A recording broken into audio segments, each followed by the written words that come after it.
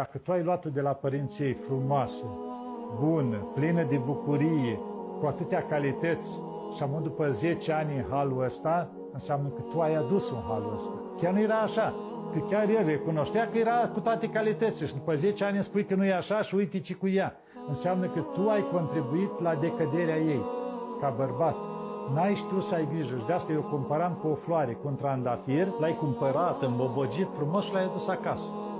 Și trandafirul ăla poate să devină o tufă de aia bogată, trandafir frumos, sau poate să usuce, să-i cadă frunzele, să-i cadă petalele, să rămână doar spine.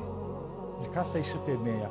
Îi dai soare, îi pui apă, o îngrijești, o să facă buchet, bocat de trandafir, că o să fie și copii, o să fie tot în jurul ei.